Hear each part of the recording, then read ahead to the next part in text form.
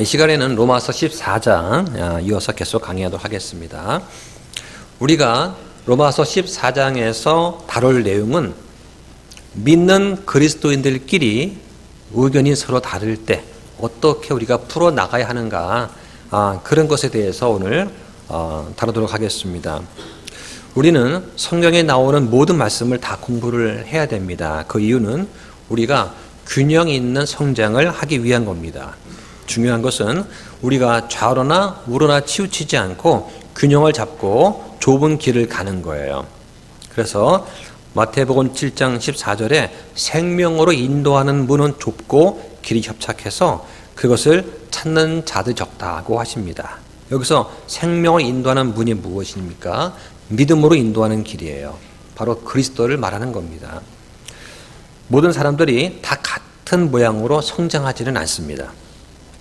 저마다 생각하는 영적 성장의 어떤 모습이 있어요. 그런데 다른 사람들이 내가 생각하는 대로 따라오지는 않습니다. 또 내가 관심 갖는 분야에 다른 사람들이 동일하게 관심을 두지도 않아요. 중요한 것은 사람을 변화시키는 것은 성령님께서 하시는 일이다 하는 것입니다. 또 제가 할 일은 뭐냐면 구원받은 사람들을 하나님께 가까이 가도록 도와주는 역할을 제가 하는 거죠. 그래서 우리는 교회에서 가르치는 일이 필요합니다. 자, 1절부터 한번 보겠습니다. 1절 읽어주시죠. 믿음이 약한 자를 너희가 받아들이되 의심에 찬 논쟁은 하지 말라. 네, 로마서 14장은 믿음이 약한 자에 대한 이야기로 시작을 합니다. 자, 믿음이 약한 자가 누구일까요? 믿음이 약한 자라는 이 말을 보면서 이것이 나에 대한 이야기라고 생각하는 사람은 아마 없을 겁니다. 그렇죠? 그 말씀을 나한테 먼저 적용해야 되는데 그렇게는 하지 않아요. 믿음이 약하다는 그 말은 행동에 관한 말입니다. 우리가 행위를 하는 데 있어서 어떻게 해야 될지 갈피를 잡지 못하는 경우가 있어요. 어떤 일에 대해서 어떻게 행동해야 할지 모르는 그런 사람들을 향해서 우리가 믿음이 약하다고 말할 수 있어요. 이런 사람을 우리는 넓은 팔로 받아들여야 됩니다. 의견이 서로 다를지라도 예수 그리스도 안에 있는 그러한 사람들이라면 서로 받아들이고 용납하라는 그런 말씀입니다. 그런데 어떤 사람이 믿음이 약한 자다라고 생각하면 그 사람을 받아주고 의심에 찬 논쟁은 하지 말아야 되지만 그렇게 하지 않는다는 것이 우리의 현재 모습이에요. 성경은 믿음이 약한 자를 받아들이라고 말을 합니다.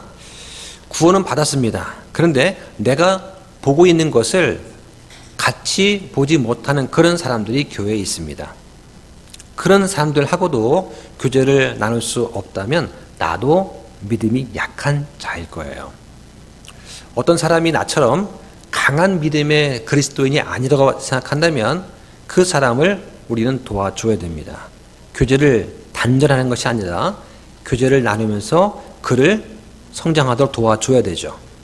나만큼 성장하지 않았다고 내가 생각하면 성장하도록 섬겨야 됩니다. 그런데 그것이 말처럼 쉽지가 않습니다.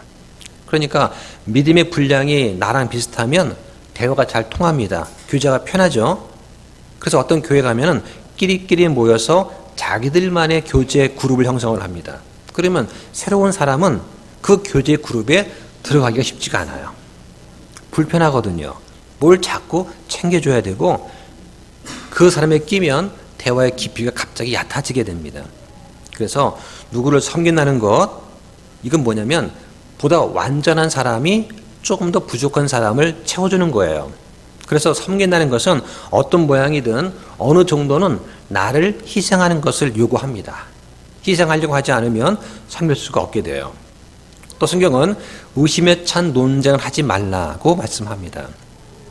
어떤 사람이 성경을 믿지 않는다면 어떻게 해야 됩니까? 친절하게 대하고 설명을 해줘야 됩니다. 그리고 어려운 교리 논쟁은 하지 않는 것이 좋습니다.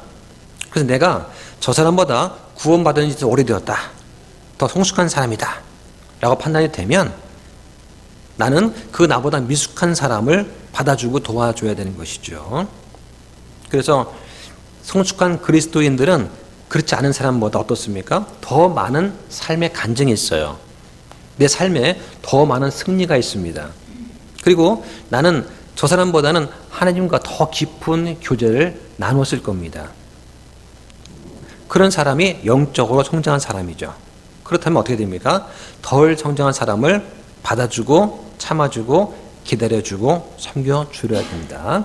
자, 그 다음에 2절과 3절을 보겠습니다. 어떤 사람은 자기가 모든 것을 먹어도 된다고 믿고 다른 사람은 약하여 채소를 먹느니라. 먹는 자는 먹지 아니하는 자를 업신여기지 말고 먹지 아니하는 자는 먹는 자를 판단하지 말라. 하나님께서 그를 받으셨느니라. 네, 지금 이제 먹는 문제를 가지고 얘기를 하고 있습니다. 믿음이 강한 사람은 하나님께서 모든 먹을 것, 특히 고기를 정결하게 하셨다는 사실을 알고 있는 사람이에요. 그래서 말씀에 하나님의 모든 창조물은 선하고 감사함으로 받으면 거부할 것이 하나도 없다고 말씀하십니다. 예수님께서는 사람이 먹는 것으로 인해서 더러워지는 것이 아니라 입에서 나오는 것이 사람을 더럽게 한다고 말씀하셨습니다. 여기서 먹는 자는 강한 믿음을 가진 사람이에요. 먹지 않는 사람은 약한 믿음을 가진 자를 가리킵니다. 그럼 누가 업신여깁니까? 강한 믿음을 가진 사람이 약한 믿음을 가진 사람을 업신여긴다고 합니다. 또 누가 판단합니까? 여기서 판단이라는 단어는 정죄라는 단어예요. 먹지 않는 약한 믿음을 가진 자가 먹는 자를 판단하고 정죄한다고 성경은 말합니다. 우리는 하나님께서 받아주신 사람을 받아주어야 되는 거예요. 자, 예를 들어서 어떤 여자가 일주일 전에 예수님을 믿게 되었습니다. 가정해 보는 거죠. 그리고는 이번 주에 교회를 가려고 하는 거예요. 한번 옷장을 열어보았습니다. 근데 옷장에 있는 옷들은 전부 다 세상적인 그런 옷들밖에 없었어요. 치마는 없고 왜 달라붙어서 몸을 드러내는 그런 바지만 있습니다. 또 집에 있는 성경책은 다 변개된 그런 성경밖에 없었어요. 하나님께서는 그 여인을 일주일 전에 자녀로 삼아 주었습니다. 그런데 우리가 그녀를 받아주지 못할 이유가 있겠습니까? 우리가 그런 사람을 받아주지 못한다면 그 사람이 어떻게 성장할 수 있겠습니까? 어디서 성경을 배우고 어떻게 장성한 그리스도인이 될 수 있겠습니까? 하는 거죠. 우리가 처음 교회를 한번 갔을 때를 생각해 보십시오. 그리스도께서 우리를 받아주신 것처럼 다른 누군가가 우리를 친절하게 받아주었기 때문에 우리는 교회에 정착하고 영적으로 성장해 나갈 수 있었어요. 이 부분을 한번 기억해 보시기 바랍니다. 다만 교회 다닌 지 오래되었는데도 이런 어처럼의 변화가 없다 그러면 권면을 하면 좋겠죠. 권면은 상대방의 마음을 상하지 않게 하면서 권면을 해야 됩니다. 또 권면할 때는 먼저 자신을 돌아봐야 돼요. 권면할 때 상대가 내 권면을 받아들이고 행동을 바꾸면 은혜가 됩니다. 그런데 권면을 할 때 상대방의 단점을 지적하면서 속된 말로 너나 잘하세요 이런 태도를 가지게 되면 우리는 그 상대를 세워줄 수가 없어요. 먼저 자신의 마음을 낮추어야 됩니다. 남을 나보다 낮게 여겨야 돼요. 그런 마음을 갖지 않으면 분명히 불평과 다툼이 생기게 됩니다. 근데 문제는 뭐냐면 현실적으로 나는 잘 못해요. 잘 못하면서 다른 사람을 권면해야 될 때도 있어요. 하나님께서 나한테 그런 마음을 주신다면 권면을 해야죠. 다만 자신의 부족함을 먼저 인정하고 나의 취약함을 드러내고 함께 기도하는 마음으로 권면하면 될 거라 생각이 됩니다. 그럼에도 받아들이지 않는다면 그것은 그 권면을 받는 그 당사자의 믿음이 너무 약한 거예요. 그래서 하나님이 무엇을 원하시는지 어떻게 하나님과 다른 성도를 섬겨야 되는지 잘 모르기 때문에 그러는 것입니다. 다시 말하면 영적으로 아직 어리기 때문에 그렇습니다. 그런 분 우리가 불쌍히 여기고 함께 기도해 줘야 됩니다. 자, 4절 보시죠. 다른 사람의 종을 판단하는 너는 누구냐? 그의 서거나 넘어짐이 그의 주인에게 달려 있으므로 참으로 그가 세워지리니 하나님께서는 그를 서게 하실 수 있느니라. 네. 다른 사람의 종을 판단하는 너, 여기서는 동료 종을 가리키는 거예요. 즉 자신도 종이면서 다른 종을 지금 판단 정죄하고 있는 걸 말하는 겁니다. 그러면서 바울은 남의 종을 판단하고 정죄할 권리가 당신에게 있는가 하고 묻고 있는 거예요. 애매한 문제에 대해서 우리가 남을 비판하는 권리가 있을까요? 우리가 하나님을 대신할 권리가 있습니까? 하고 바울이 지금 묻고 있는 겁니다. 그 종은 나한테 책임이 있는 것이 아니라 자기 주인한테 책임이 있는 거죠. 다시 말해서 그는 자기의 주인 앞에 서게 될 것이다, 이런 뜻입니다. 우리에게도 주인이 계십니다. 그리스도의 심판석은 우리 인생의 끝부분에 있게 될 것입니다. 정말 다행스럽지 않습니까? 아직도 우리한테는 많은 기회가 남아있어요. 그런데 어떤 사람들은 다른 사람을 지금 당장 심판하고 싶어 하는 일이 있어요. 우리가 서로 교제를 나눌 때 반드시 알아야 될 그런 사실이 있습니다. 우리는 아직 완성품이 아니라는 거예요. 우리는 지금 공사 중입니다. 옆 사람을 보십시오. 옆 사람의 가슴에 명찰이 있다고 생각해 보세요. 그 명찰에는 뭐라고 써 있느냐? 나는 공사 중입니다. 나는 아직 미완성이에요. 라는 그런 명찰이 다 붙어 있는 거예요. 이 명찰을 보고서 상대방을 바라보시기 바랍니다. 부족한 점이 있다고 해서 어떤 사람을 비난한다면 그것은 그 사람을 지금 만들고 계신 하나님을 비난하는 것입니다. 주의할 것은 판단과 비난은 다른 거예요. 잘못된 것을 구분하는 것과 정죄하는 것은 다른 것입니다. 우리는 바르게 판단하고 구분해야 됩니다. 그 일을 하지 않으면 성화 자체가 이루어지지 않아요. 근본적인 진리는 항상 판단하고 걸러내는 데서 시작이 되는 것입니다.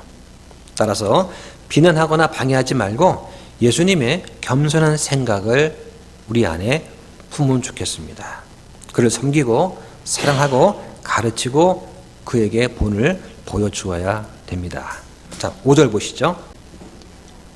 어떤 사람은 한 날을 다른 날보다 귀히 여기고 다른 사람은 모든 날을 같게 여기나니 각 사람은 자기 마음속에서 완전히 확신할지니라. 네, 이제 바울은 먹는 문제에서 날의 문제로 화제를 바꿉니다. 어떤 사람들은 주일은 다른 날과 다르다라고 주장을 합니다. 어떤 사람은 일요일을 주의 날로 지키고 또 어떤 사람들은 토요일을 지킵니다. 특정한 날이 중요한 게 아니에요. 바울은 골로새서 2장 16절에서 아무도 먹는 것이나 마시는 것이나 또는 거룩한 날이나 월삭이나 안식일 문제로 너희를 판단하지 못하게 하라고 말합니다. 예전에 학창시절 때 이런 일이 있었습니다. 교회를 다닐 때 고민이 된 게 있었어요. 내일이 시험 시작하는 날입니다. 그러면 오늘 주일인데 오늘 공부를 해야 될까요? 말아야 될까요? 하는 거죠. 내일부터 시험 시작인데 오늘 주일에 교회를 가서 하루 종일 오전부터 저녁까지 예배만 드려야 됩니까? 아니면 공부를 해도 됩니까? 이 문제 가지고 저는 엄청 고민을 했었어요. 저뿐만이 아닙니다. 그때는 많은 사람들이 고민을 했었어요. 전도사님이나 다른 어떤 분을 붙잡고 상담하고 토론도 했었어요. 또 어떤 문제가 있었습니까? 주일에 버스를 타고 다니면 됩니까? 안 됩니까? 즉 주일에 내 개인 목적을 위해서 돈을 써도 될까요? 안 될까요? 하는 거였습니다. 아마 지금은 그런 걸로 고민하는 분은 안 계실 거예요. 근데 그 당시는 그거 가지고도 충분히 문제가 되고 고민이 됐던 그런 시기였습니다. 어떻게 보면 그 당시는 지금보다 훨씬 더 사람들이 말씀에 대해서 진지하고 그랬던 것 같아요. 내가 이것은 하고 안 하는 게 중요한 것이 아니라 어떻게 하는 게 주님의 영광을 위한 길인가 하는 것을 자기 마음속에 정하고 믿음으로 하면 되는 거 아니겠습니까? 자, 어떤 사람이 지금 우리 교회에 온다고 생각해 봅시다. 그러면 우리는 예수님의 복음을 전하고 진리를 가르칩니다. 그런데 방문하신 분이 이렇게 말하는 거예요. 여기는 왜 토요일이 아닌 일요일에 모입니까? 안식일은 토요일이 아닌가요? 하고 묻는다면 우리는 그한테 이유를 설명해 줄 것입니다. 여기까지는 아무런 문제가 없어요. 그런데 그 사람이 와서는 다른 목사님의 설교를 들어보라고 하면서 다른 교회 주보를 막 나눠주고 그 설교의 유튜브를 막 공유를 합니다. 핸드폰으로 이렇게. 그러면 그 사람은 우리 교회에서 환영받지 못할 것입니다. 우리가 왜 일요일에 만나서 경배를 드립니까? 대부분 사람들이 일요일에 직장을 나가지 않고 집에서 쉬기 때문입니다. 만약 쉬는 날이 일요일이 아니라 월요일이라면 우리는 월요일에 모였을 거예요. 또 어떤 교회는 매일 만나서 교제하는 그런 교회도 있습니다. 모든 날과 모든 요일이 주님께 경배하기에 적합한 날입니다. 교회 질서를 어지럽히지 않는다면 누군가 여기 와서 우리와 다른 생각을 한다고 해서 내쫓지는 않습니다. 다만 그 사람도 우리한테 자신의 믿음을 강요해서는 안 됩니다. 오히려 우리 교회 문화를 익히고 따라와야 하는 것이죠. 자, 6절 보겠습니다. 나를 중히 여기는 자도 주를 위해 중히 여기고 나를 중히 여기지 아니하는 자도 주를 위해 중히 여기지 아니하며 먹는 자도 주를 위해 먹나니 이는 그가 하나님께 감사를 드리기 때문이라. 먹지 아니하는 자도 주를 위해 먹지 아니하며 하나님께 감사를 드리느니라. 6절에 주를 위해라는 말이 4번이나 나옵니다. 우리는 모든 일을 주를 위해 해야 되고 감사를 드리면서 해야 됩니다. 학생들이 주일에 공부를 해도 됩니까? 안 됩니까? 주일에 공부를 안 하는 대신에 컴퓨터 게임을 하고 빈둥빈둥 논다면 뭐가 더 나은 걸까요? 갑자기 주일에 출근하라고 합니다. 출근해야 됩니까? 안 해야 됩니까? 직장을 다니다 보면 주일에 출근을 해야 될 때가 생깁니다. 갑자기 주일에 근무를 하라고 해서 주일에 근무 안 하는 직장으로 다시 지금 막 옮겨야 될까요? 과연 어떤 것이 주를 위해서 감사를 드리는 일일까요? 어떤 일로 인해서 주님께 감사를 드릴 수 있다면 하는 것이 옳을 것입니다. 먹는 자도 먹지 아니하는 자도 주를 위해서 결정하면 되고 감사 드릴 수 있으면 해도 될 것입니다. 우리는 무엇을 하는가도 중요하지만 왜 하는가도 중요한 거예요. 주님과 다른 사람을 섬기기 위해서 한다면 감사할 수 있을 겁니다. 자, 7절과 8절을 읽겠습니다. 우리 가운데 아무도 자기를 위해 살지 아니하고 아무도 자기를 위해 죽지 아니하는도다. 우리가 살아도 주를 위해 살고 죽어도 주를 위해 죽나니 그러므로 살든지 죽든지 우리는 주의 것이니라. 7절은 그리스도인의 삶의 원리를 지금 말하고 있습니다. 아무도 모든 사람으로부터 분리되어서 혼자서 살 수는 없어요. 우리는 그리스도를 떠나서는 살 수 없습니다. 성도의 삶과 죽음은 주님의 손에 달려있기 때문입니다. 그리스도의 몸인 교회도 마찬가지예요. 우리는 각자 받은 선물, 은사가 있습니다. 이것으로 서로를 섬겨야 됩니다. 내가 보기에 훌륭하다, 존경스럽다 하는 사람하고만 교제를 나누기 위해서 교회에 오면 안 됩니다. 혼자서는 아무도 그리스도인답게 살아갈 수가 없어요. 어떻게 하면 다른 사람을 내가 도울 수 있을지 생각을 해봐야 됩니다.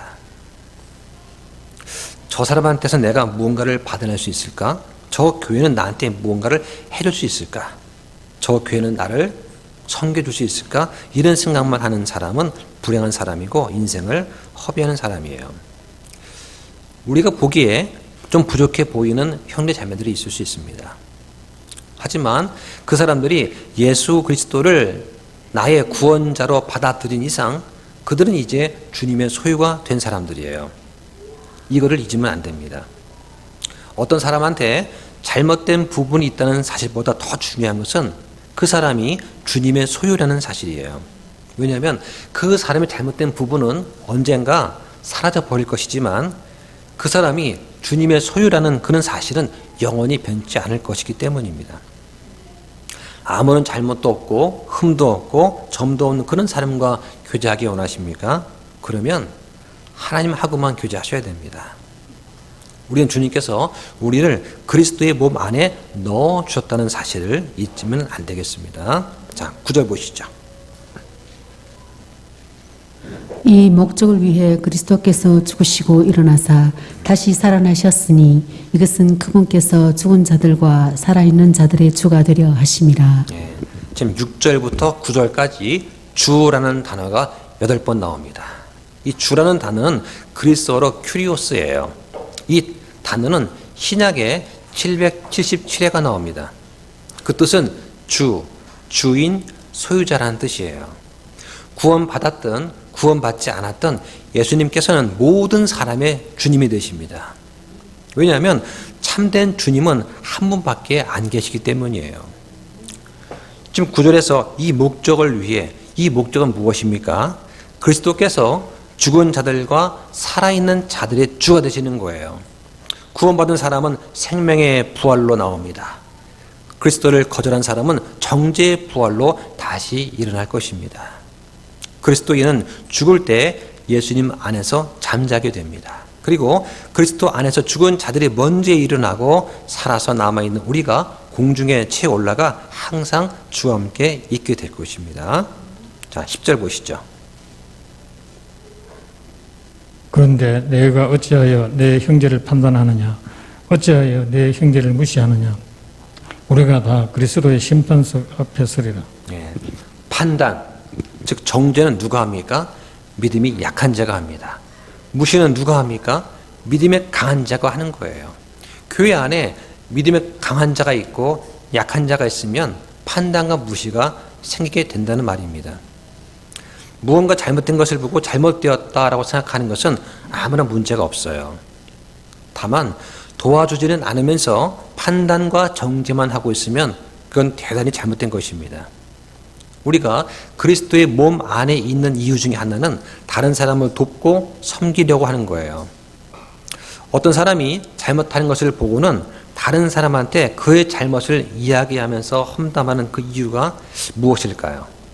그것은 다른 사람을 섬기려고 하는 그 마음이 내 안에 없기 때문입니다. 그래서 다른 사람이 잘못하는 것을 보면 도와주려고 하지는 않고 험담하고 다니는 것입니다. 한번 예수 그리스도를 생각해 보세요. 예수님께서는 우리 인생에서 잘못된 부분을 많이 보셨습니다. 그렇죠? 어제 하루만 하더라도 우리는 잘못된 일이 많이 있었어요. 하지만 주님께서는 우리를 피하거나 떠나지 않으십니다. 주님은 비판하거나 험담이나 하고 돌아다니지 않으세요. 그러면 주님께서 어떻게 하셨습니까? 우리를 불쌍히 여겨주셨고 우리에게 말씀으로 가르쳐 주시고 우리를 섬겨 주셨습니다. 우리가 똑바로 설 수 있도록 도와주십니다. 왜 그러세요? 우리를 사랑하시기 때문입니다. 여러분, 하나님은 죄를 미워하십니다.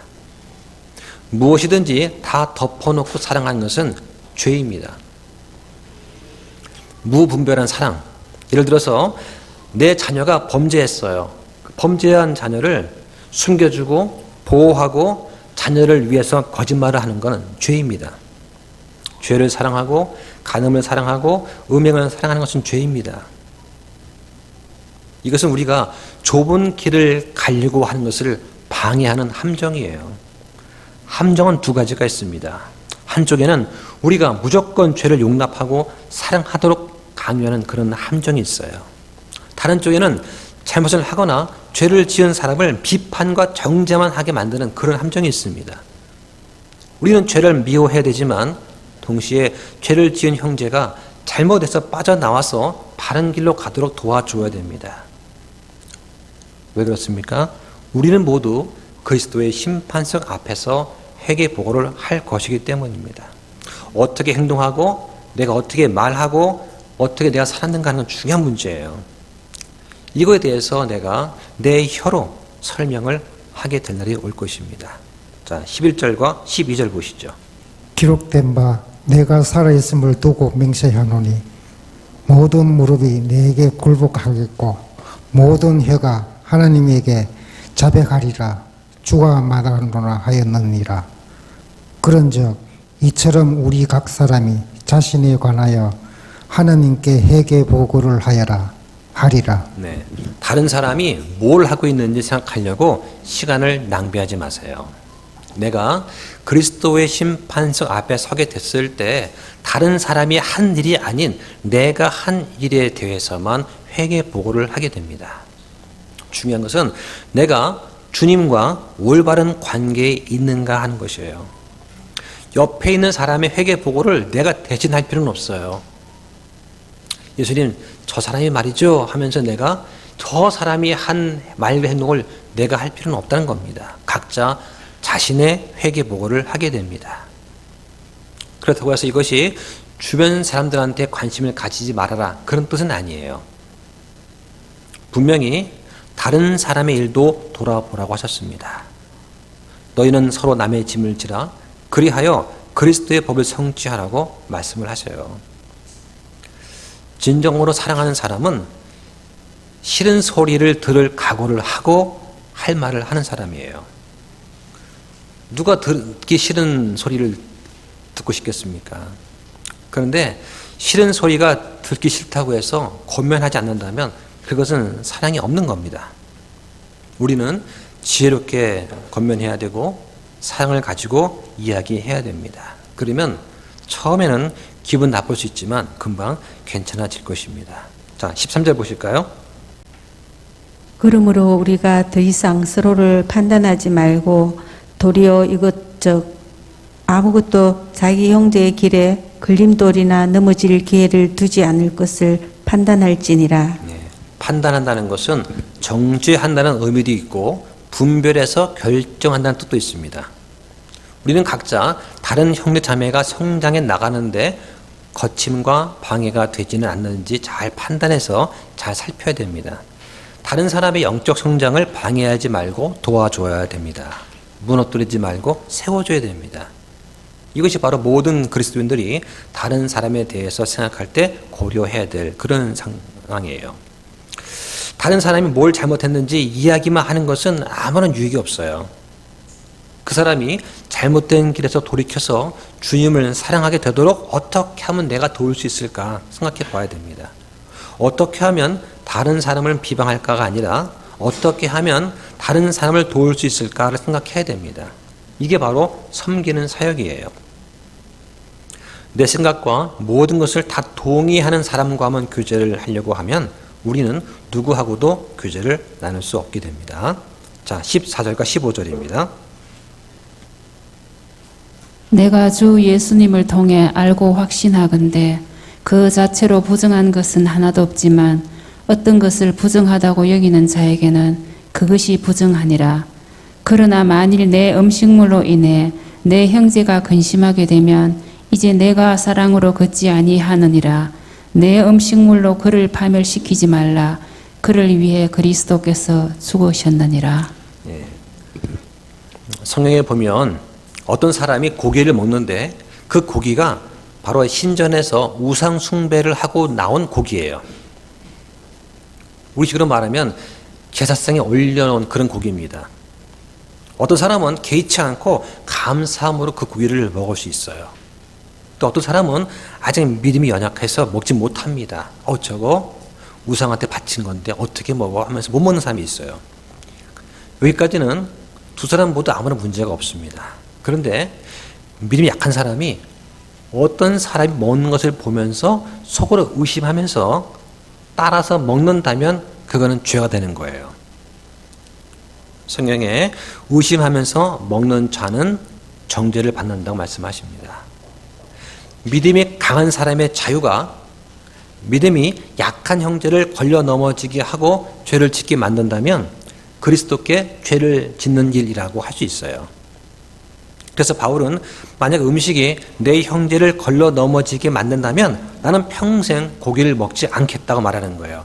이게 바로 자기 희생입니다. 내가 누릴 수 있는 권리와 자유를 기꺼이 포기하는 거예요. 여기 15절에 보면 사랑이라는 단어가 굵은 글씨로 되어 있어요. 이거는 아가페 사랑, 치리티 사랑을 말합니다. 아낌없이 주는 사랑이고 자기를 희생하면서 섬기는 그런 사랑을 말하는 거예요. 자, 16절 보겠습니다. 그러므로 너희의 선한 것이 비방을 받지 않게 하라. 네, 너희의 선한 것이 비방을 받지 않게 하라. 여기서 선한 것은 무엇입니까? 믿음이 강한 자들이 행사하는 믿음의 자유를 말한다고 할 수 있어요. 특히 먹고 마시는 문제에서 복음 안에서 누리는 자유를 말하는 것입니다. 그 자유가 비방을 받지 않게 하라고 말씀하세요. 다시 말해서 나의 자유는 방종을 의미하지 않는다는 말입니다. 그러면 비방을 받지 않게 하라고 했는데 누가 비방을 합니까? 교회 내에서 믿음이 약한 사람들, 즉 채소만 먹는 약한 자들이 비방을 합니다. 또 교회 안에서 서로 판단하고 비방하는 일이 생길 때 그것을 교회 안에서 자체적으로 해결해야 됩니다. 그런데 그러지 못하고 교회 밖의 사람들이 알게 되어서 좋지 않은 평판이나 비방을 듣는다면 참으로 부끄러운 일이 아닐 수가 없을 거예요. 교회 내의 문제는 교회 내에서 해결해야 됩니다. 그리고 한 교회가 다른 교회를 간섭하거나 비방하는 것도 옳지 않은 것입니다. 자, 17절 보실까요? 하나님의 왕국은 먹는 것과 마시는 것이 아니요 성령님 안에서 의와 화평과 기쁨이니라. 네, 17절에 보면 하나님의 왕국의 특징이 나옵니다. 하나님의 왕국은 성령님 안에서 의와 화평과 기쁨이라고 말씀합니다. 여기서 말하는 의는 로마서 1장과 3장에 나오는 의와 같은 거예요. 즉 우리가 하나님과 올바른 관계에 있을 때 우리가 하나님을 기쁘시게 하는 삶을 살게 되는데 이것을 말하는 거예요. 이게 중요하다는 것입니다. 성령님께서 우리 안에 계셔서 우리가 하나님과 교제하게 되면 우리 안에 참된 화평이 올 수 있게 됩니다. 기쁨 또한 성령의 열매로서 얻어지는 거예요. 우리가 자신을 성령님께 온전히 내어드리고 성령님의 역사가 우리 삶에 나타나게 될 때 그 열매로서 기쁨이 나타나게 됩니다. 자, 그런데 우리한테 의와 화평이 항상 함께 합니까? 여러분 어떠세요? 우리한테 의는 있지만 화평은 항상 없을 수도 있어요. 우리가 바른 일을 하면서도 기쁨이 전혀 없을 수도 있기 때문입니다. 언제 그렇습니까? 다른 사람과 함께 어울리지 못할 때 그래요. 주님께서는 다른 사람들과 친밀한 관계를 유지하셨습니다. 우리도 사람들과 친밀한 교제를 나눠야 되는데 그걸 못하게 되면 우리 안에 화평이 사라지게 되는 것이죠. 교회 왔는데 사람들과 어울리지 못하고 혼자 있거나 쭈삣쭈삣 하다가 가버린다면 그건 화평이 없는 거예요. 내가 가지고 있는 성령 지식을 가지고 다른 사람을 비판하지 말고 내가 가진 모든 기쁨을 나눌 수 있어야 됩니다. 안 그러면 내 기쁨도 사라지게 돼요. 어떤 사람은 이런 말을 합니다. 내가 하나님을 제대로 섬기고 있기 때문에 다른 사람이 나를 싫어한다. 나는 그래서 주변에 아무도 없다. 이런 말을 하죠. 그건 사실이 아닙니다.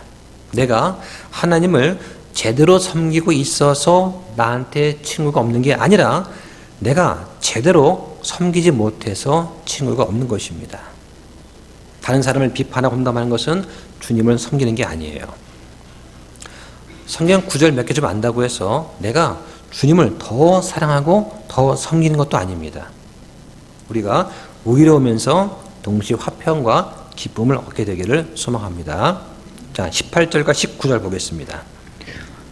이것들 안에서 그리스도를 섬기는 자는 하나님께서 받아주시며 사람들에게 인정을 받느니라. 그러므로 우리가 화평을 이루는 일들과 서로를 세워주는 데 필요한 일들을 따를지니라. 네. 여기에서 사람들한테 인정을 받는다는 그 말의 정확한 의미는 다른 사람들이 그 사람을 좋아하게 된다는 그런 뜻이 아닙니다. 잘 보셔야 돼요.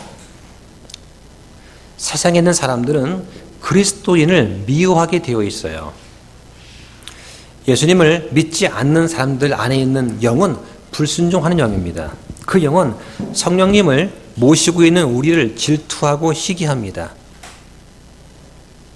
다만 그리스도인의 행실이 의와 화평과 기쁨으로 넘치는 모습을 봤을 때 사람들은 썩 내키지는 않지만 그런 사람들을 인정을 한다는 뜻이에요. 저 사람 성실한데 그런데 교회 다니는데 그래? 그런 말 하고 인정한다는 뜻이에요. 사람들이 인정하면 어떤 점이 좋습니까? 우리가 복음을 전하기가 쉬워집니다. 제가 처음 교회를 다니게 된 것도 중학교 때 같은 반 친구 때문에 그래요. 공부는 잘 못해요. 그런데 항상 보면 얼굴에 기쁨이 있고 화평함이 있는 거예요. 그 이유가 뭐냐고 물었어요. 그 친구가 저한테 알고 싶어? 날 따라서 교회 와봐 하는 거예요. 그 친구도 복음이 뭔지 모르는 친구였어요. 근데 아버지 목사였거든요. 근데 따라와봐 한 거예요. 따라갔습니다. 그것이 제가 교회 다니게 된 계기였어요. 그리고는 그 친구가 그러더라고요. 성경책을 읽어봐. 여기에 하나님 계신다. 저는 성경책을 처음부터 끝까지 1년 동안 다 읽었습니다. 그런데 안 계셨어요. 제 안에 믿음이 없었기 때문이죠. 없잖아 하면서 저는 화를 내고 예배 시간 중간에 교회를 박차고 나갔어요. 왜냐하면 성경을 다 봤는데 하나님이 안 계신데 왜 당신은 거짓말을 하는 거야 하고 저는 나갔던 거죠. 그리고 나서 하나님을 알게 된 거예요. 그러니까 저는 남들처럼 그냥 따라한 것이 아니라 정말 하나님이 계시면 하나님과 나와 관계가 어떠한 것인가가 무척 중요했던 것이거든요. 그 전 중학교 때 그거를 찾고 싶었던 것이고 결국 교회 문을 박차고 나가서 헤매다가 주를 만난 거예요. 왜냐하면 이 말씀이 머릿속에 떠오르고 마침내 저를 괴롭히고 저를 찌르고 그런 과정을 겪었거든요. 그러면서 아 이것이구나 주님 계셨군요 하는 고백이 그로부터 1년 정도 지난 뒤에 나온 거예요. 그러니까 중학교 때는 그냥 친구 따라서 강남 간다고 왔다 갔다 했지만 주님을 제가 인격적으로 만난 건 고등학교 때인 거죠. 그리고는 이제 주님을 고백하고 주님과 기도하게 되고 하는 삶들이 고등학교 때 이루어졌어요. 제가 만약 그때 그 친구 얼굴에서 기쁨과 화평을 못 보았으면 저는 교회에 가지 않았을 거예요. 14장 1절에서 우리는 믿음이 약한 다른 형제를 받아들여야 한다고 말씀하십니다. 그러다가 19절에서 보면 우리가 할 일을 말해주세요. 그 할 일이 무엇입니까? 다른 형제와의 관계에서 화평을 이루는 일들과 서로를 세워주는 일을 하라고 하십니다.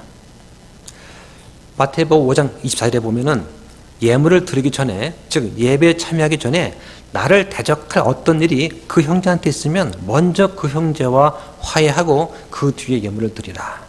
즉 예배에 참여하라고 말씀하세요. 하나님께서 기뻐하시는 예물이 무엇입니까?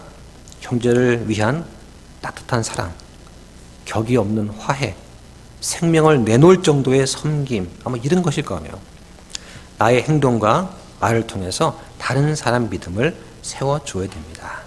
자, 20절부터 22절까지 보시겠습니다. 음식물로 인해 하나님의 일을 망치지 말라. 모든 것이 참으로 순수하나 남을 걸려 넘어지게 하면서 먹는 그 사람에게는 그것이 악하니라. 고기도 먹지 아니하고 포도즙도 마시지 아니하며 내 형제를 쓰러뜨리거나 걸려 넘어지게 하거나 약하게 하는 그 어떤 것도 하지 아니하는 것이 선하니라. 내게 믿음이 있느냐? 그것을 하나님 앞에서 너 자신을 위해 가지고 있으라. 자기가 허용하는 그것으로 인해 자기를 정죄하지 아니하는 자는 행복하도다. 네. 자, 바울은 지금 먹고 마시는 일로 다시 화제를 돌리고 있습니다. 여기서 말하는 문맥이 무엇일까요? 나의 육체적인 만족을 위해서 일부 연약한 믿음을 가진 형제를 무시해서는 안 된다는 것입니다. 한 사람한테는 약이 되는 것이 다른 사람한테는 독이 될 수도 있어요. 자, 예를 들어서 구약 성경에 보면 에서가 나옵니다. 이 에서는 하나님의 일이나 장자권을 귀중히 여기지 않았어요. 그 장자권을 배가 고픈 그 식욕을 달래기 위해서 이 팥죽 한 그릇에 팔았다는 얘기시죠. 21절에 보면 선하니라 하는 말이 맨 끝에 나옵니다. 그런데 영어 성경에 보면 it is good 하면서 맨 앞에 나와요. 강조용법으로 선하니라 하는 법을 강조하고 있어요. 강한 사람들이 연약한 형제를 생각하는 것을 아주 높이 평가하고 있어요. 모든 것을 먹을 자유가 있는 강한 사람들이 연약한 형제를 위해서 먹지 않을 자유를 기꺼이 사용한다면 그것이 선하다고 말씀을 하는 것입니다. 22절에 너에게 믿음이 있느냐? 그것을 하나님 앞에서 너 자신을 위해 가지고 있으라고 말씀합니다. 스펄전이 이 구절을 읽고 회심을 했다고 합니다. 이 구절을 이렇게도 말할 수 있어요. 여러분이 가지고 있는 믿음으로 자신을 하나님 앞에서 나타내야 됩니다. 내가 옳다고 믿고 행하는 그 일들이 나를 정죄하지 않게 되는 그 사람은 행복할 것입니다. 이런 뜻이죠. 여러분, 이 구절은 7절에 이어서 예수님을 믿는 성도들의 두 번째 원리라고 할 수 있어요. 우리가 하나님의 일을 한다고 할 때 이렇게 생각해 봐야 됩니다. 내가 이 일을 하는 게 옳은 길인가? 라고 생각을 해야 된다는 얘기죠. 이 두 번째 고면은 바울이 지금까지 해왔던 일들을 회고하는 것입니다. 그리스도인들은 자신이 해온 일들을 양심의 가책이 없이 돌아볼 수 있어야 됩니다. 잘못한 것이 있으면 돌이키고 다시 행하지 않아야 됩니다. 여러분, 사탄이 주일에 교회에 온다는 거 아십니까? 이제 들은 얘기인데요. 사탄도 주일에 교회에 와서 열심히 찾는답니다. 내가 넘어뜨릴 만한 사람이 있나? 나의 유혹에 넘어갈 만한 자가 있는지 열심히 찾으러 온다고 합니다. 자, 그 다음 보겠습니다. 23절입니다. 의심하면서 먹는 자는 정죄를 받나니 이는 그가 믿음을 따라 먹지 아니하기 때문이라. 무엇이든지 믿음에서 나지 아니하는 것은 죄니라. 자, 우리가 행하는 일에 우리는 신념을 가져야 됩니다. 바르게 예배하는 것, 바른 신약교회를 세우는 것, 다음 세대를 키우는 일에 신념이 없으면 행하지 말아야 돼요. 우리는 바른 교회를 하기 위해서 분별하고 가르치고 예배합니다. 여러분, 우리만 예배하다가 교회가 사라지기를 원하십니까? 지금 우리가 모여 있잖아요. 근데 우리가 나이 먹어서 끝나게 되면 다음 세대를 위해서 우리가 아무것도 하는 것이 없으면 우리는 이 교회는 끝날 것입니다. 우리만 하고 말 건 아니잖아요. 우리는 다음 세대를 키워야 됩니다. 그래서 우리는 아카데미를 하고 있어요. 이 아카데미 졸업하신 분들이 다음 세대를 가르치고 양육해야 됩니다. 우리가 하는 주일학교는 다른 개신교하고는 달라요. 아카데미를 졸업하신 분들이 청년부 또는 중고등부, 유년부를 맡아서 설교도 하시고 가르치실 거예요. 그걸 가지고서 도와주신 분들이 분반 공부도 같이 하게 됩니다. 여러분, 시험 통과가 중요한 것이 아니고 내후년부터 주일교사를 하셔야 되기 때문에 준비를 하셔야 됩니다. 우리는 그런 일에 우리의 신념과 믿음을 가지고 하면 좋겠습니다. 본문에 보면 우리를 위해서 죄에 대한 새로운 정의가 나와 있어요. 죄가 무엇입니까? 믿음에서 나지 아니하는 것은 죄라고 말씀합니다. 이것이 애매한 문제를 우리가 어떻게 다루어야 할 것인가에 대한 성령 하나님의 해답이라고 우리는 할 수가 있을 것 같아요. 우리가 하는 모든 일을 믿음으로 하시기 바랍니다. 정리하겠습니다. 교회에는 두 종류의 극단이 있어요. 한쪽에는 세상적이고 성경도 잘 모르고 변개된 성경을 쓰면서 사랑만을 강조하는 그런 극단적인 교회가 있습니다. 또 한쪽 극단에는 킹제임스 성경을 쓰면서 바른 교리를 가르치지만 다른 사람을 정죄하고 비난하면서 누구와도 교제를 나누지 않으려고 하는 그런 극단적인 교회가 있어요. 이 두 가지는 예수님의 믿음으로 인도하는 좁은 길이 아닙니다. 우리는 어느 쪽으로도 치우치지 말아야 됩니다. 이 둘 사이에 있는 좁은 길을 우리는 걸어가야 할 것입니다. 그게 우리가 지향해야 될 바른 교회라고 그런 생각이 됩니다. 자, 기도 마치겠습니다.